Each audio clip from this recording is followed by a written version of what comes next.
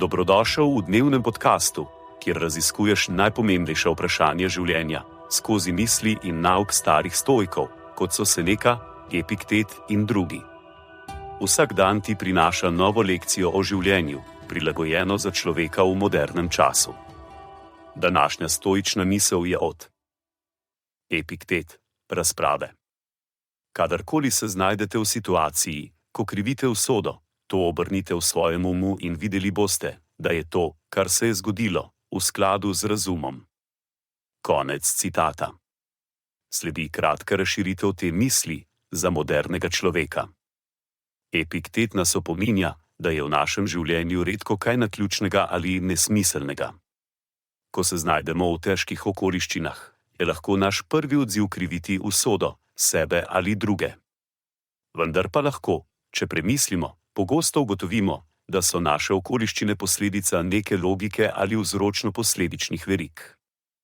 Recimo, da ste izgubili službo. Prva reakcija bi bila morda kriviti gospodarsko krizo ali nesposobne vodje.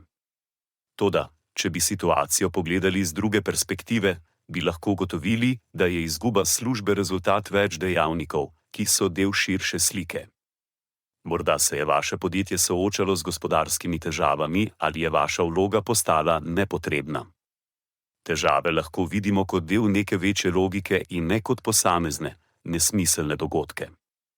Ta razmislek nam lahko pomaga sprejeti situacijo in začeti iskati nove možnosti. Ne bomo več zapleteni v občutke krivde ali obupa, ampak bomo iskali rešitve, ki so v skladu z razumom.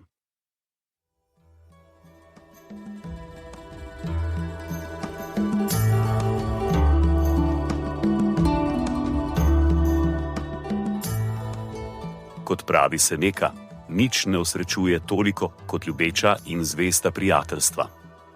Zato podeli to epizodo z nekom, ki ti je blizu in ne pozabi slediti podkastu, da boš lahko obveščen, ko bodo objavljene nove epizode starih modrosti stoikov. Želim ti polno preizkušenj in poguma v tem dnevu.